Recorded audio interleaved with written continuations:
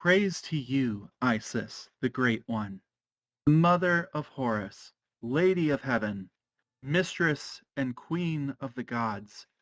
You are the first royal spouse of Osiris, the supreme overseer of the golden ones in the temples, the eldest son, firstborn of Geb.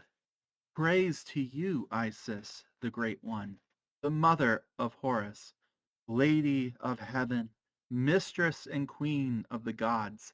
You are the first royal spouse of Osiris, the bull, the lion who overthrows all his enemies, the Lord and ruler of eternity. Praise to you, Isis, the Great One, God's Mother, Lady of Heaven, Mistress and Queen of the Gods.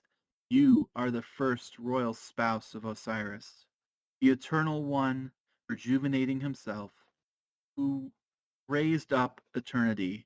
You are with him in the temple. I'm Brandon.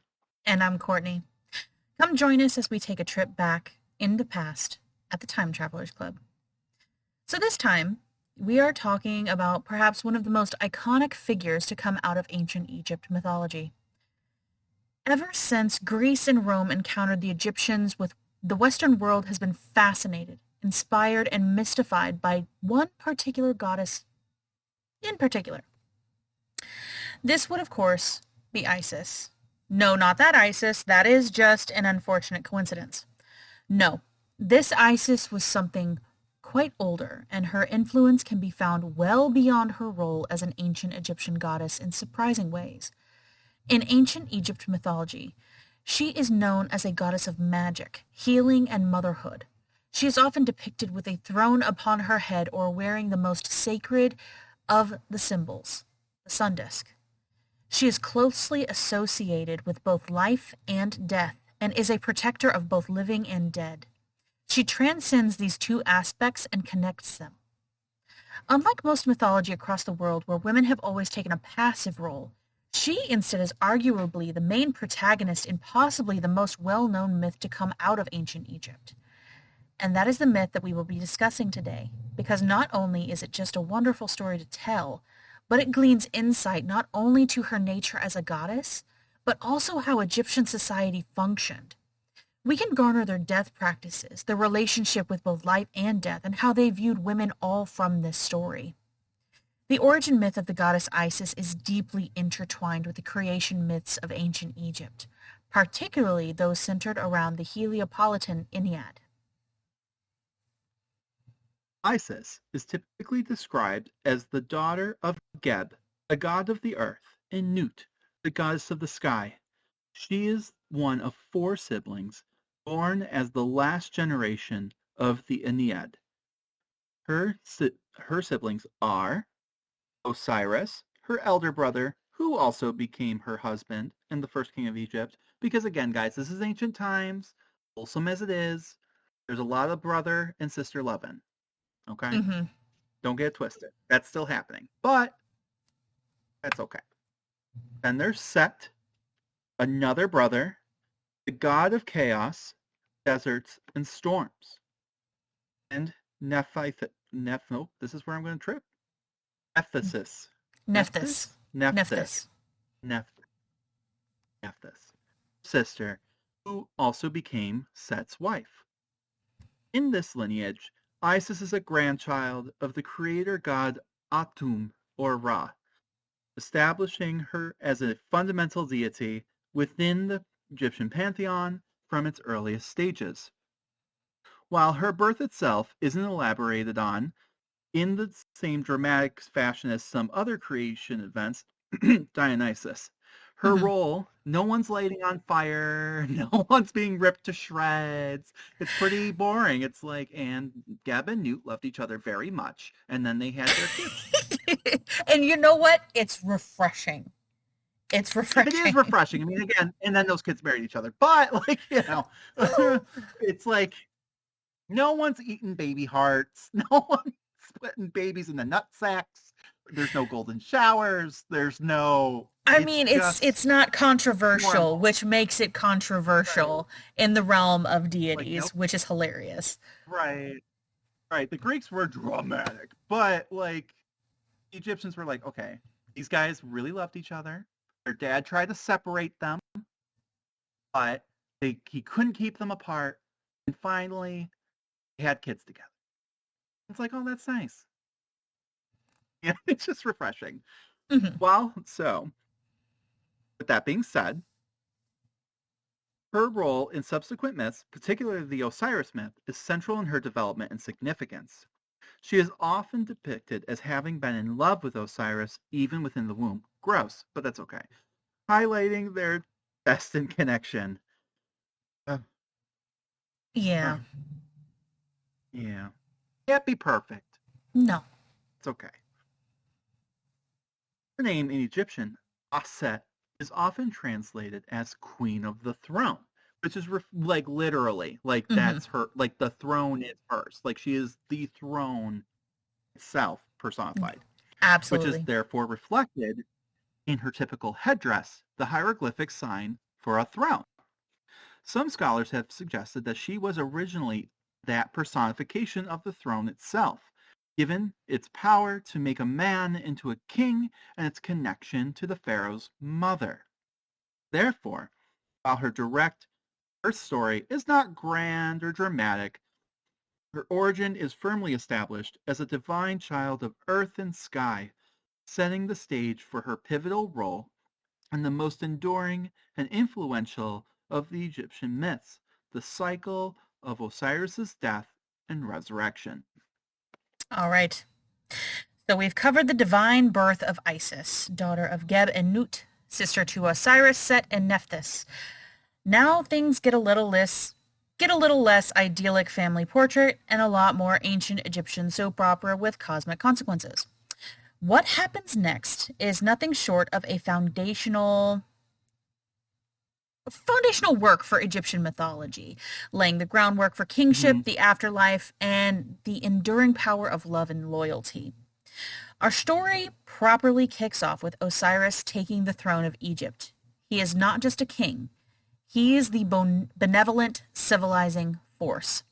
Think of him as the ultimate good guy. He teaches humanity agriculture, law, writing, and even the arts of civilization, pulling them out of a primeval, barbaric state. Essentially, he's the pharaoh prototype, bringing order, ma'at, to chaos, isfet. And more importantly, he rules alongside his beloved sister and wife, Isis, who is often seen as his perfect complement, wise, magical, and deeply devoted. Their reign is a golden age, a period of prosperity and harmony. Now, Yeah, and every that's a good. big sorry. I there's a little bit of lag sometimes, so it's not me just trying to like interrupt her. I'm trying to like shoehorn myself in a little bit sometimes when I think there's a gap. But no, I just wanted to point this out. Like that's a big difference between like, the Olympians, right? It's all about the drama. The more Mhm. chaos, the better, right? Like they're intentionally causing chaos when there's nothing going on. The Egyptians are quite the opposite. This whole concept of ma'at, which is order and balance and harmony, is above all else what they want. Mhm. So, like, it's just an interesting parallel to that, right? Um, It is, and like not just that, not just that. So Ma'at is also a goddess in her own right. And that's true too. as a tiny little aside, the 10 commandments come from the 42 laws of Ma'at. All of them are in But there. yeah, there's a lot of like interesting quirks with this too. Like not Hmm. quirks, but like opposites, I guess. Like that I notice, and I don't know what the correlation is there, but so like for example, when you think about like in Greek and later Roman, Eurocentric like mythologies and stuff, Hmm. women tend to be what? Earth. Passive. Men tend to be sky, Hmm. Uranus, Zeus, right? Like the strong daddy figures tend to be Cronus, they tend to be sky. Um, Women like Gaia, Cybele, Artemis, the exception kind of being Hera, but Hera is definitely no Isis, and we'll talk about that a little bit. But, Hmm. for the most part, women, the strong women anyway, tend to be like really connected with this idea of the earth itself. And yes, Artemis is the goddess of the moon, but it's in that connection with the hunt in the forest and the wild. And when you look at some of her more, like, for example, Artemis of Ephesus, like there's an emphasis on that, Hmm. like there more so than the moon part.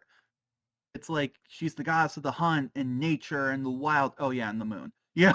Like, Yeah. so I just find that a little bit interesting. Whereas in Egypt, it's Geb. Like Shu is like earth, but like Newt is the sky.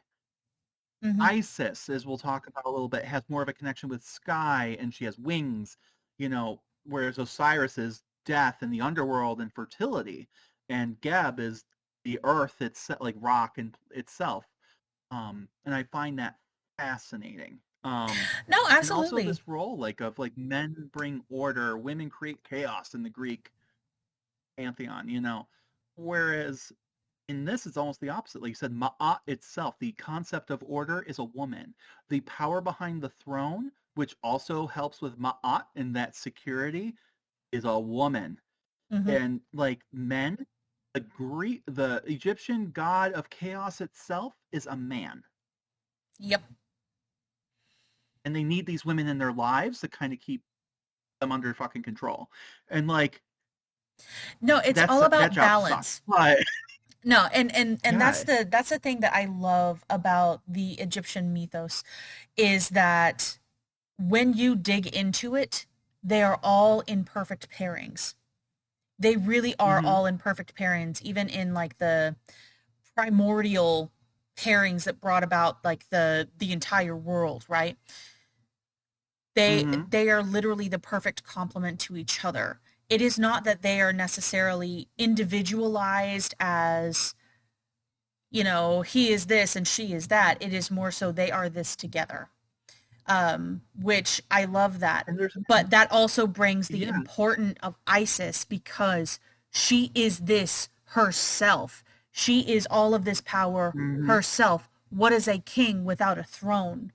What is a Right. ruler without a people? Like they are the perfect complement to one another. And that's honestly, I don't think that can ever be fully I don't think that can ever be fully overstated. Like it is always going to be Yeah. understated.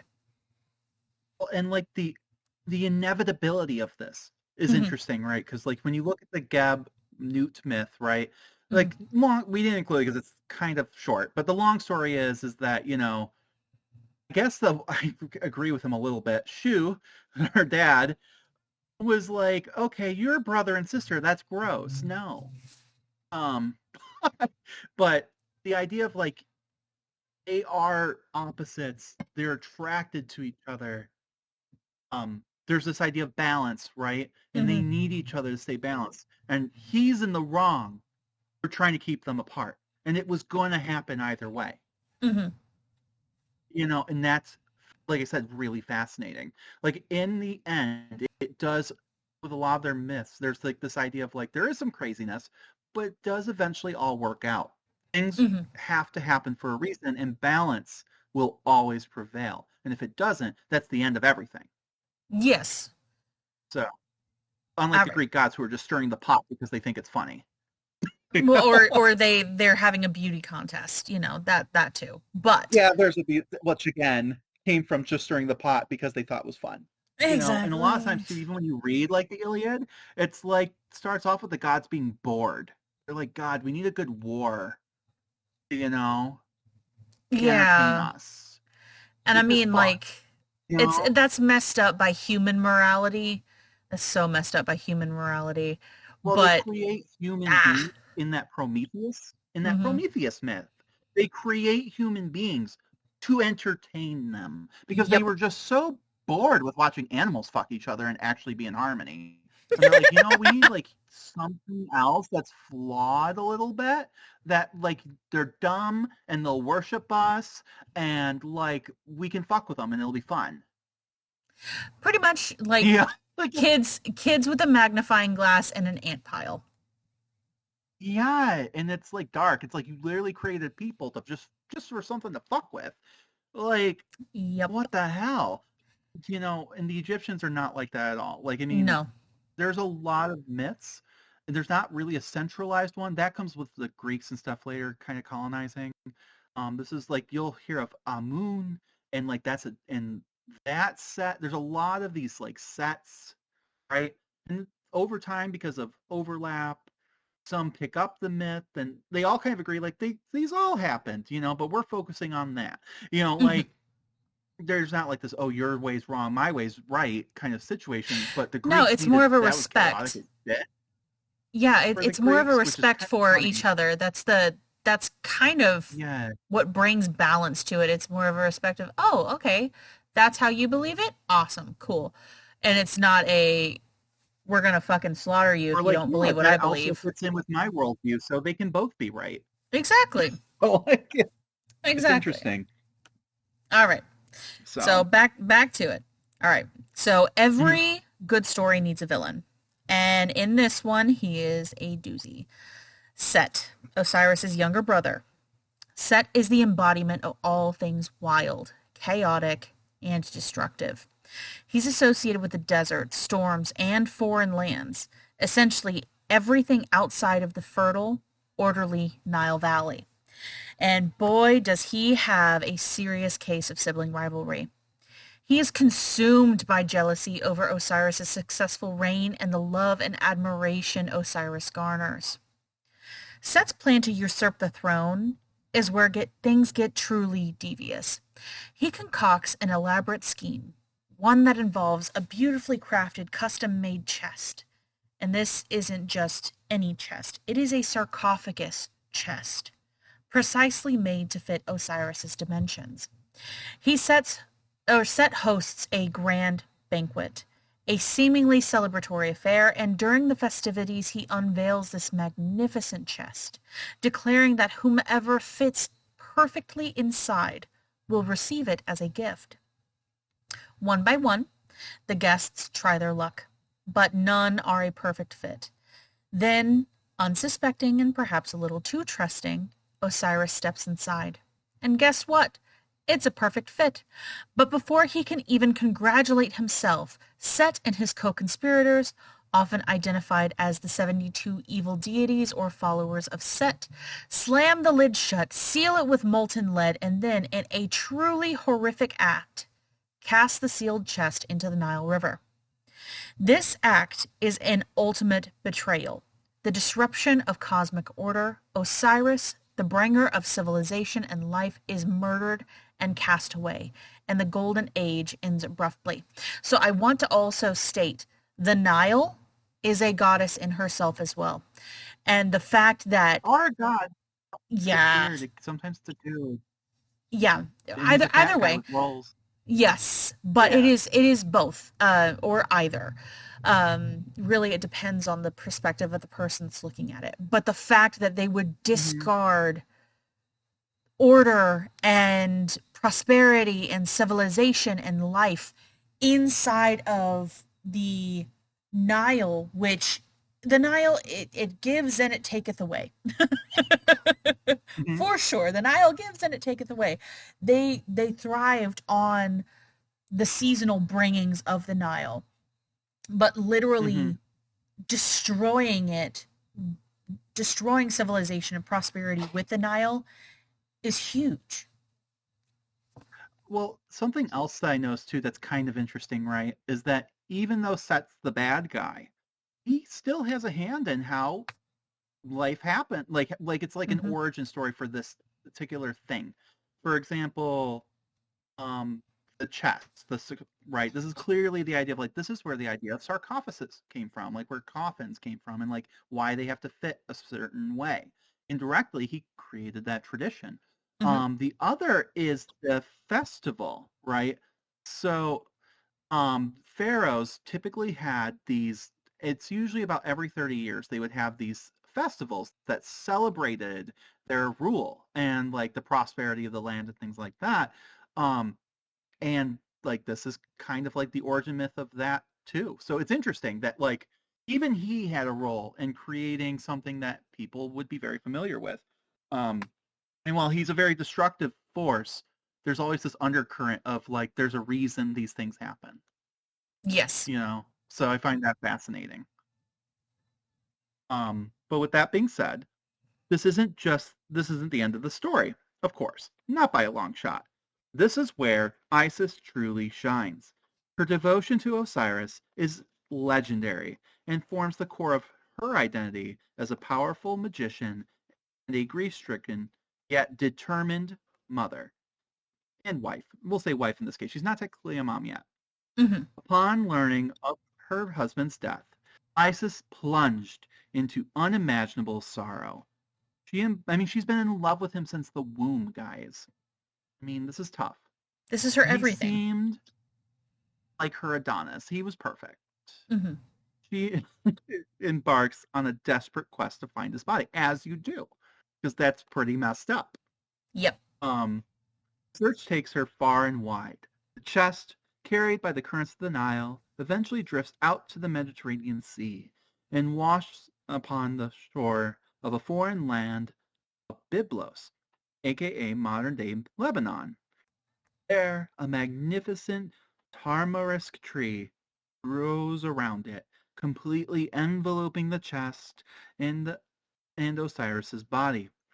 The tree grows so large and beautiful that the local king, Melkander, and his queen, Asarte, decided to cut it down and use it as a pillar to support the roof of their palace.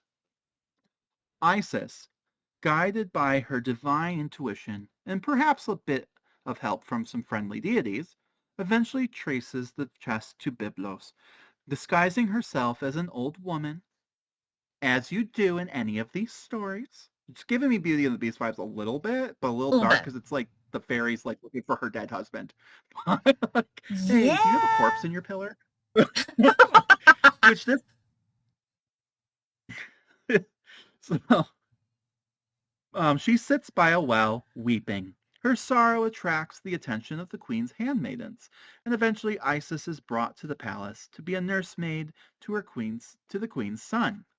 During her time in the palace, Isis reveals her true and magical nature. She attempts to immortalize the prince by placing him in a fire, an act of divine magic that frightens the queen. Now, I'm going to stop for just a second here to point out a couple things. A, isn't this again? It's nice women being nice to other women, just in general. It's like the handmaidens see the this little lady crying, and then the queen takes Isis in. You know, she's not jealous or anything or worried about what her husband thinks. Like she's like, hey, you know, come on, no, we need to help you out. You know, um, the other thing is this part about the prince. I can tell you right now is a direct correlation with a Greek myth. Hmm. That is when Demeter, who was also in mourning after losing her daughter, right? She's wandering around, settles on this temple, disguised as an old lady, and the handmaidens find her, and the queen takes her in, and out of gratitude, she kind of falls in love with this little baby boy that she's been a wet nurse to, and tries to do literally the same exact thing. And it also, I guess justifiably so, freaks the queen out in both stories. What does this mean? I would dare say a lot. This is probably a Greek correlation Hmm. because, like I said, later on, Greeks kind of had to make their tie-in. I'm not saying that there wasn't something similar, like oh, like she did some sort of thing that was magical or something like that, but like the just it's literally blow by blow. I Hmm. just kind of find that weird. No, it's the In this overlapping of an story, archetype. no news on what happens to the kid. Um, in the Greek version, Demeter gets quite upset. It's a whole thing. But in this particular story, that's not the main point. So, realizing her true identity, the queen asks Isis what she desires. Isis, ever focused on her quest, mind you, other than the fact that she just tried to like raise this baby and make him immortal, that seemed a little ADHD of you, hun, but that's okay.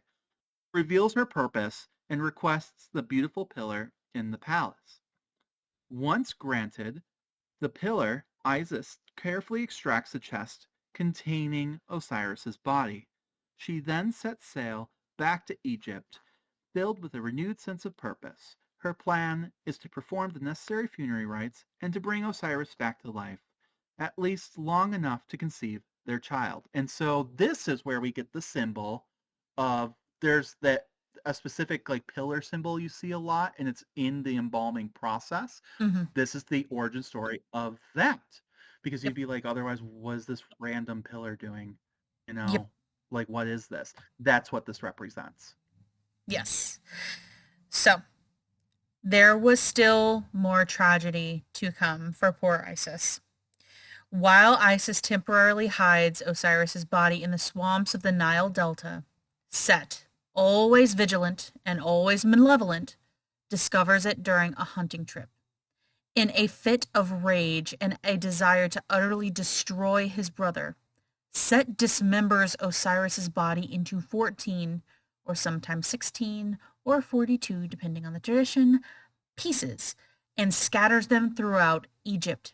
This act is seen as even more horrific than the initial murder, as it prevents proper burial and threatens to deny Osiris entry into the afterlife. And so, Isis's quest takes on an even more epic and poignant dimension. She, along with her sister Nephthys, who despite being Set's wife, is loyal to Isis and Osiris. She's literally sitting there going, husband, you fucked up. What the fuck? Why? Why? Like, I don't even care. Like, we're gods and goddesses. Like, why do you even want to be king? You're not even good at it. Like, we Exactly. were fine. We were good. Why'd you have to fuck it up? Stop fucking it up. So, with Isis and Nephthys, they embark on a painstaking journey across all of Egypt. And Egypt is a huge fucking area. It's gigantic. Mm-hmm. They tirelessly search for every single piece of Osiris's body. This arduous task highlights Isis's immense power, her unwavering determination, and her profound love. Through her How magical pissed would you be, ability. though? Like, you spent all this time Yeah, trying to find, like, the body, and then this fucker just made you pretty much have to do it all over again.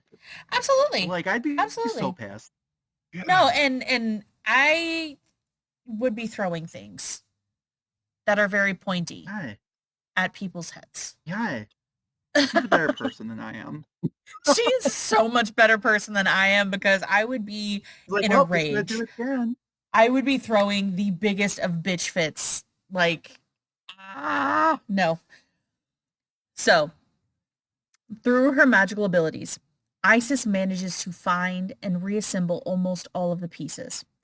There's one crucial exception, an admittedly important part, Osiris's phallus, which had been swallowed by a fish. This is often identified, fun fact, as the Oxyrhynchus fish, which would become taboo for Egyptians to eat if you're curious. Just fun little I facts. mean, they don't want to eat that specific kind of fish. That's the fish that ate Osiris's penis. Don't eat that fish. Yeah, it's the dick fish. Don't. No one wants a dick fish. No one wants a dick Yeah. fish. So, Right. however, she was undeterred, and Isis uses her magic to fashion a beautiful, long, girthy, sparkly, golden dong for him to replace it with. Nice. I mean, she made what she wanted. You know what? I was gonna say, I don't girl, do blame you her. think she like improved it a little bit? Like, no, it was always that big, babe. Absolutely. So with all the pieces Good for gathered her. and one particularly important one magically replaced, Isis performs a truly extraordinary act. She uses her powerful magic, aided by the incantations of Thoth, god of wisdom and magic, and the embalming skills of Anubis, god of embalming. This is often described as the very first mummification, transforming Osiris's perishable body into an eternal and divine form. Once the body is mummified and made eternal, Isis performs her ultimate magic act. She often transforms herself into a kite, a bird of prey, hovering above Osiris's inert body. As she hovers, she flaps her wings, creating a wind of life or divine breath that descends upon the mummy. Through this magical insufflation, and through her divine power over life and fertility, she conceives their son, Horus. This is a miraculous conception, outside, shall we say, any of the conventional means, highlighting Isis's unique power as a goddess of creation and life-giving.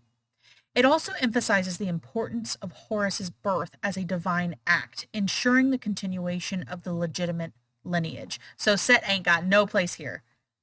There's an Osiris baby. Set ain't got no claim to the throne. Does it? It also, I mean, dark and maybe a little messed up on my part. Maybe it's the first. It's weird that the first blowy created a kid. You know, like wind of life, breath, Yeah. divine breath. I mean, is that where we get the term blowjob? I don't know. Maybe. No. Well, because there's a lot of like representations. Like to be fair, like the kite one's really popular in the imagery there, but like the other, like something the act of the priest literally did was there was this special tool that they used to like hold open the mouth to give breath and blow into. Mm-hmm. Literally. Yeah. And like sometimes you see that image as well. So I find that it's literally a blowjob, like to bring him back to life. You know? Yes, and you know we can make the jokes all that we want, but in magical practices all over the world, you have the breath of life being described. You have prana, you have chi, you have just energy of all sorts, and this is exactly what it is. So whatever you want to call it, she had the ability to call it forth and bring him back to life in a sense. Yeah, and again, you know, we kind of hinted at this. It's called the like Osiris resurrection myth, right? But have you guys noticed, really, he's not the main character here at all. No. Like he dies yes, quickly. He was a good person, but like the action is her. The character development is her.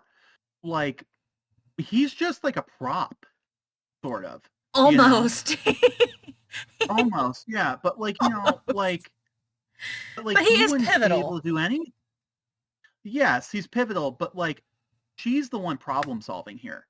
He's the one who was dumb enough to get in the damn box. But like he's helpless without her. She had to go find him, had to go find him again, had to fix the whole erectile dysfunction issue. Yep. Help make this damn baby. You know, like she's the one here. He is like static. She's the dynamic one here. She's Absolutely. the hero of the story. And I find that fascinating. So, the resurrection of Osiris is not a return to his earthly throne. Instead, he becomes the lord of the Duat, the underworld. He is transformed from a living king to a divine ruler of the dead, presiding over the judgment of souls and embodying the promise of eternal life for those who follow his path. He is the first to achieve this perfected state after death, and thus he becomes the model for all deceased Egyptians. His return is not to the world of the living, but to a new realm of existence, a place of spiritual authority and renewal. Now, with Horus conceived, Isis faces a new challenge, protecting her vulnerable son from Set. She chooses the remote, reedy swamps of the Nile Delta, often specifically identified as Chemis, or their hiding place. Here, she lives as a fugitive, raising Horus in secrecy and under constant threat. Isis, the ultimate protective mother, uses her magic not for grand cosmic battles, but for the immediate practical needs of her child. Horus is frequently bitten by venomous creatures, often scorpions sent by Set, and Isis uses her powerful incantations to heal him, drawing out the poison. These healing acts cemented her reputation as a supreme healing goddess and the source of many Egyptian medicinal spells. Exactly. And this period of hiding highlights Isis's immense sacrifices, her unwavering determination, and her profound maternal love. It solidifies Horus's legitimacy as the future king by ensuring his survival against all odds. The Isis lactans motif becomes a powerful symbol of the divine motherhood, nourishment, protection that resonates deeply throughout Egyptian history. So, from a divine birth, we spiral into a tale of betrayal, murder, relentless searching, and miraculous resurrection and conception. The myth of Osiris and Isis isn't just a story, it's a profound narrative that shapes Egyptian religious beliefs, political ideologies, and even the very concept of life, death, and rebirth.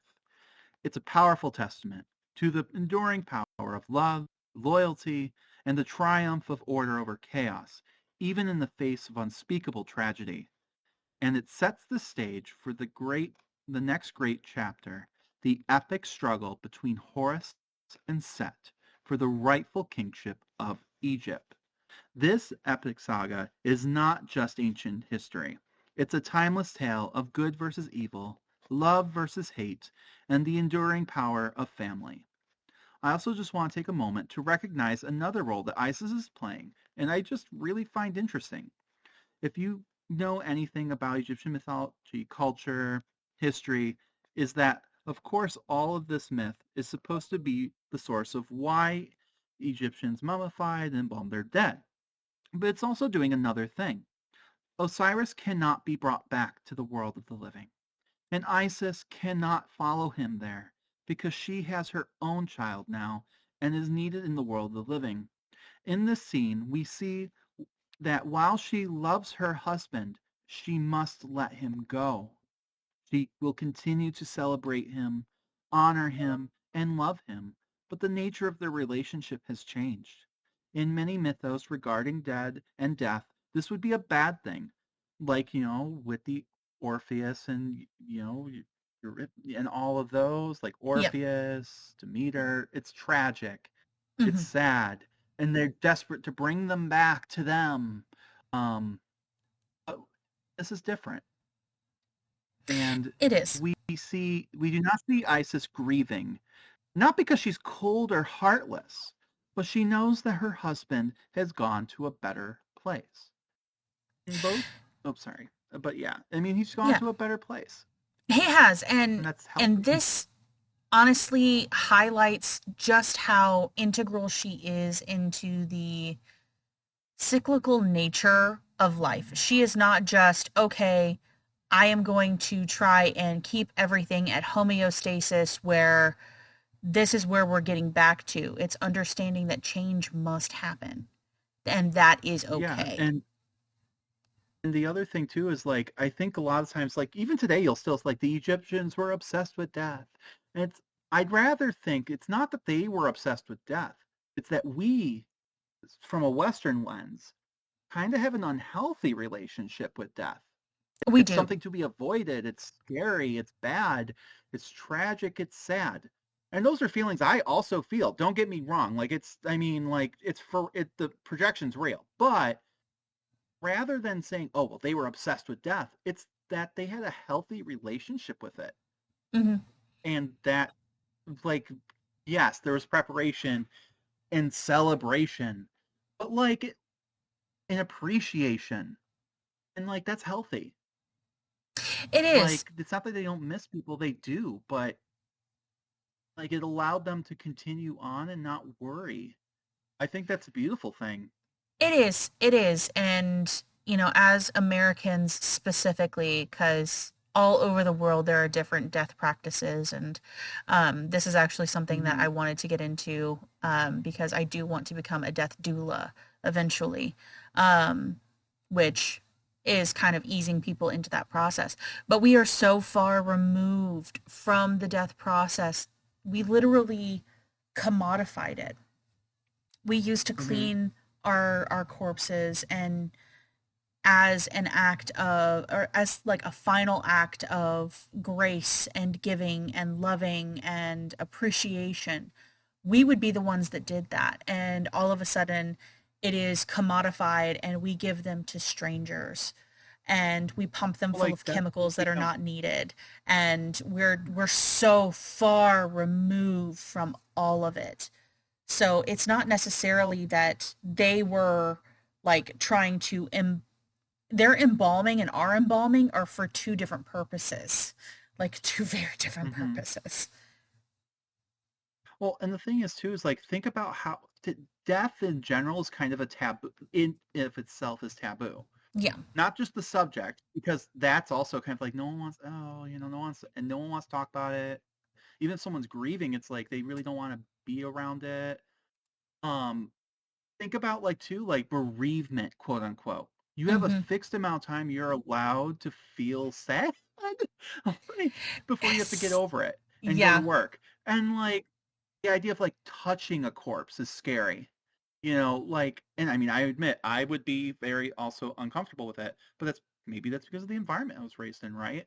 absolutely. It just, it's like, it's not that they were obsessed. It's they had, if anything, we're the ones kind of with the problem because it's gonna happen and we just don't want to acknowledge it. We don't want to acknowledge the feelings that come with it. We don't want to acknowledge that it happens. Um, like we want to sanitize it, make it go away as soon as possible. Yeah, we want to It's not that ignore death it was tragic. until it's Unnecessary in death our was, face. yeah, and that's not to say they were all like. It's like when you say obsessed with death, it's almost like they wanted to die. That's not it at all. Like especially unnecessary death, they're like, no, they're not throwing their lives away. They appreciate the life they have, you know. So, like with that being said, they would be horrified at the murders and school shootings and everything that happens here. It's unnecessary death. Hmm. But like at the same time, if someone's had a really long life, and They would it's celebrate it. them moving on. And right, they're moving on because you're going on to something better now, even Absolutely. better. So, And like it's really interesting too because even have prosthetics hmm, for their dead. yes, Like this idea that like you'll need and like that prosthetics can be literally your new leg. You're gonna have you are gonna be whole in the afterlife, even if you weren't here. I just think it's beautiful. yes. It is. It really is. And I think it's a lot healthier than what we've got. But Hmm. in both the Greek and Roman worlds, death is something to be feared. The afterlife, with the exception of the very few and only later in their myths, is for the most part at best dreary and at worst horrendous. Here, Isis stands as an example to the honorable spouse. Don't want to say wife because there are plenty of examples where there's also the other way around, where a widower mourns his late wife in the same kind of honor and respect. It's a beautiful sentiment, and honestly, probably one of the healthier ways to deal with death that you can see coming out of the ancient world. Many documentaries will say that Egyptians were obsessed with death, and I do not believe that they were obsessed. Rather, they accepted and celebrated its natural course. The alternative is to live a life in constant fear of it. And the ancient Egyptians did not crave death, but they were not afraid of it either. It is though the story of Isis that we really see this. So let's zoom in on that critical period when Isis goes into hiding with her young son Horus. After all, the drama of Osiris's murder and the miraculous but temporary resurrection and conception, knows she can't just hang around. Set, her psycho brother slash brother-in-law, is still out there, and he's not about to let Osiris's heir grow up and challenge him. So what's a divine, super powerful, but also incredibly vulnerable single mom to do? So Isis, with baby Horus in tow, makes a break for it. She heads straight for the most remote, least hospitable, and therefore safest place that she can find in Egypt, the dense, reedy swamps of the Nile Delta. Think of it as ancient Egypt's version of a witness protection program, but way more rustic. This area, often mythically called Chemis or Akbidi, is a maze of thick papyrus reeds, muddy channels, and hidden pools. It's wild, untamed, and perfectly suited for someone trying to disappear from a vengeful god. Life here is no walk in the park. Isis and Horus aren't living it up in a divine mansion. They're fugitives, constantly on the move, constantly hidden. Because at this point, Set is in control. Set is technically on Hmm. the metaphorical throne because she is the throne, right? But Set is on the Right. throne in his own sense. So they don't necessarily have the claim to the throne at present, even though Horus Mhm. is the rightful heir. So they're hiding. Even their country technically would be against them at this point because of who is ruling, if we think about it in more human terms. Yeah. Modern So terms even. absolutely. Absolutely. So Isis is often depicted as pretty humble during this time, relying on her wits and the kindness of, well, almost no one because they're in the middle of nowhere.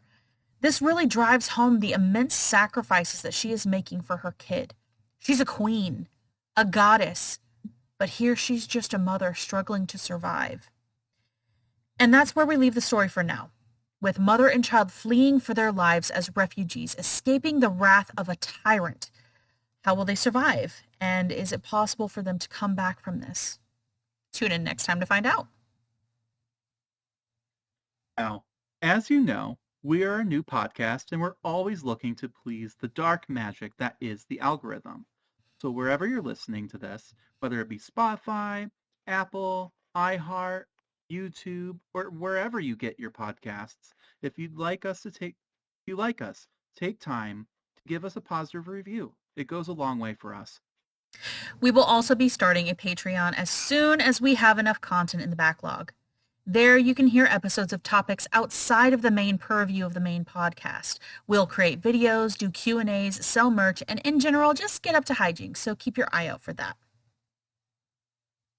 If you have any ideas, comments, or just want to say hi, you can reach us at timetravelersclubpodcast@gmail.com. We love it when people say hi.